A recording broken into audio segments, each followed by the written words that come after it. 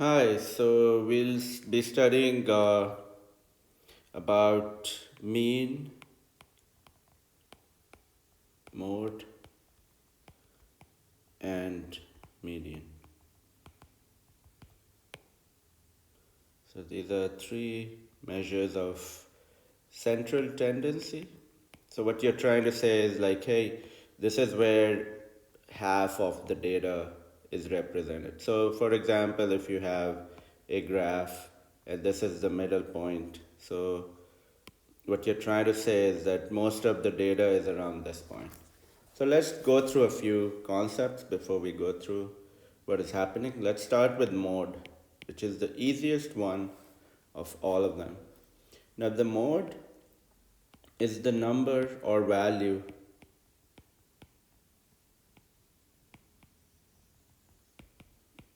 that occurs the most, or it's the most frequent, the most frequently. For example, let's say if we were choosing colors, right? And there are three colors: yellow, blue, and green. And 10 people choose this, 5 people choose blue, 7 people choose green. So, which one is the most common? Yellow. So, this would become the mode, right? If we were showing this on a graph and I drew a bar graph, I would draw yellow this way at level 10. Let's call this frequency yellow. And then we would have blue at 5, should be halfway. And you would have green up here at 7.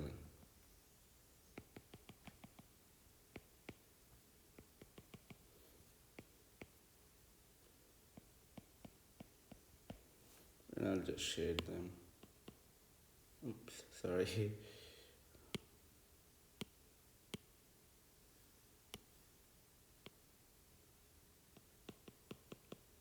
So that's a yellow bar.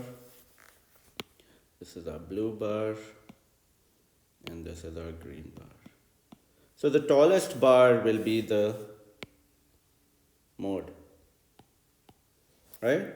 So you can have numbers maybe spread out. So this is one way to look at what the mode looks like. In a pie chart, the largest region will be your mode. So if this were a graph, so then this would represent the mode. You could also have data written in numbers like 2, 2, 2, 2, 3, 4, 5. So the mode would be 2 because it occurs the most.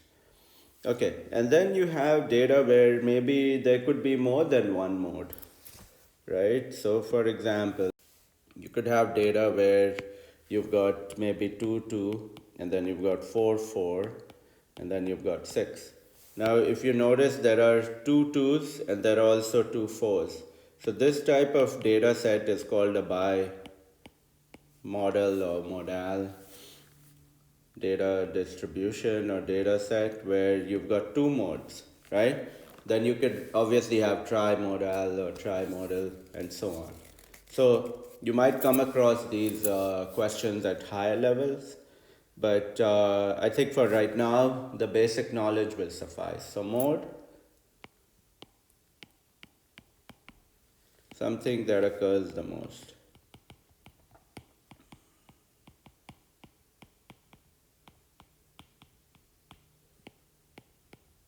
One common example you can relate it with is your playlist, your music playlist. If you listen to music, there would be one song that you play the most.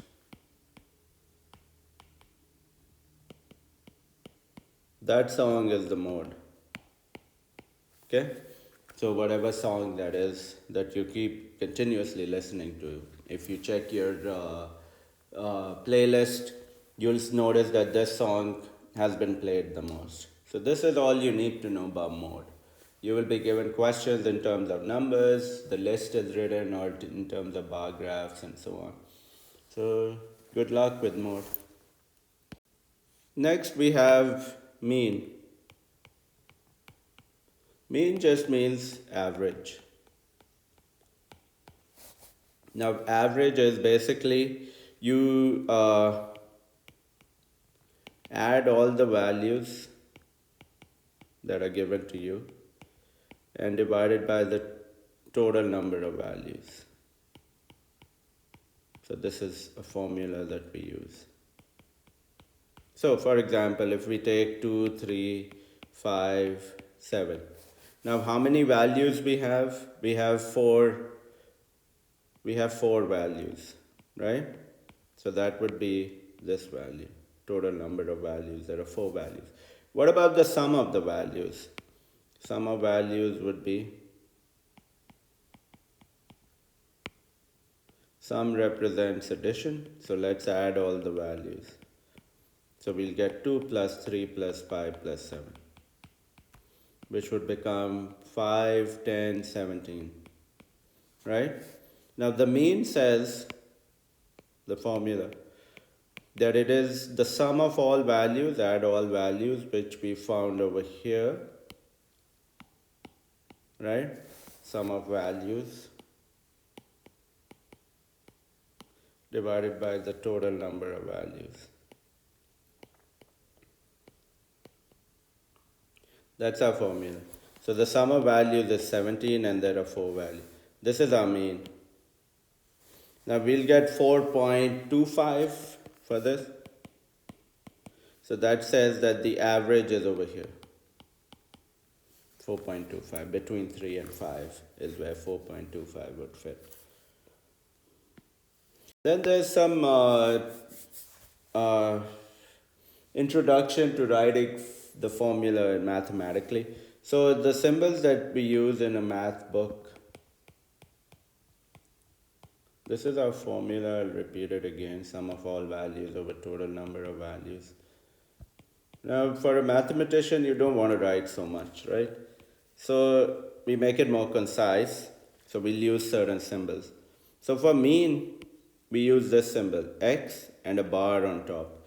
It's like what you may have come across with numbers like these, recurring decimals. Some books might write it this way, other books might write it this way, right? So this bar that you have on top, we are using a similar thing over here. Now for sum, instead of writing sum, mathematicians have agreed to use this Greek letter. It's called sigma. And it looks like an E, but it's this symbol. You may have seen it somewhere. It's like a rotated M. So sigma. And we use, for all values, we'll use X. And for total number of values, we'll use N. So this is a formula that a lot of books will be stating, right? Sigma X divided by N. Sigma X divided by N, that's the mean. So this is the mean. This is the number of values in the data set.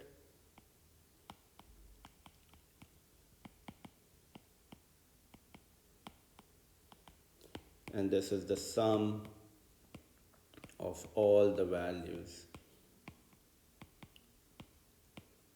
in the data set.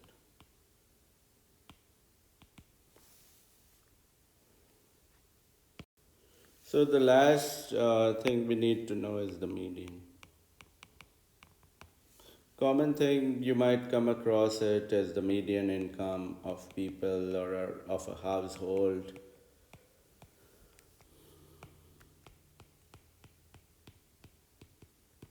It's in the US it's approximately $78,000 for a household. That's what the average income is. We call it the median income. Now, how do you work with the median? Basically, with the median, what we do is we split our data and we look for that middle value. Like, for example, if I have 1, 2, 3, 4, 5, right? Now, I can split this data. There are two values here, two values here. This becomes my median. Okay? So you're looking at that central value. If I add another value to it, like let's say if I use 6, now these two become your central values, right? If you ever come across this where you have two different values, take the average of this, take the mean of these two values. So it becomes 3 plus 4 divided by 2, which is 7 divided by 2, which eventually gives you 3.5. Okay, so that's how you would find the median. Another way that a lot of math books might how to do it is that you take the total number of values, which in a previous case we've identified as n. Now n can be even or n can be odd, right? So the median will be the n divided by 2th value, like we're looking the position of value. I'll show you an example to elaborate on what I'm saying. And over here, to make it even, to make our division easy, we'll use this. We'll add a 1, okay? So keep these in mind, and then let's do an example. So let's say if I had 1, 2, 3, 4, 5, 6, right? Let's change the last number just to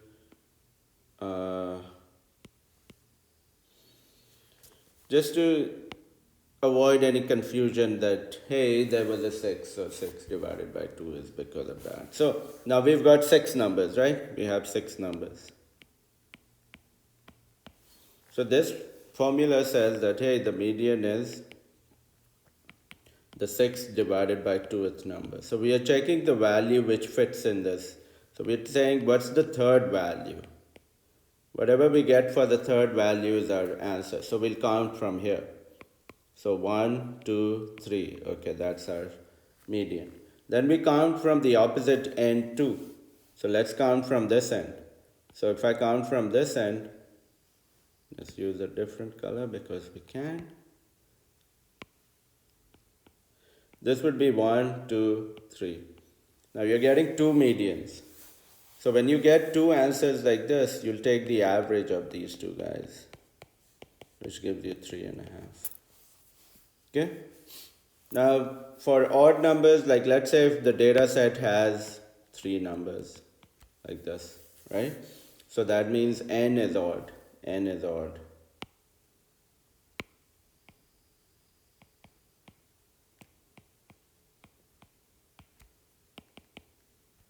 So the median is, now we've got to add a 1 to it.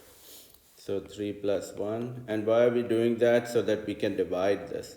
Otherwise we'll get a 1.5. So here we'll get 4 divided by 2, which gives us the second number. Right? Now let's count from both sides. So our data set is 1, 2, 4. Let's count from this side. What is our second number? So 1, 2, this is our second number. And then we'll count from the opposite direction. So 1, 2, 1, 2. So this is our second number. So we get the same answer. So finally our median is 2 in this case. So this is the information you need to solve mean, mode, and median. Good luck.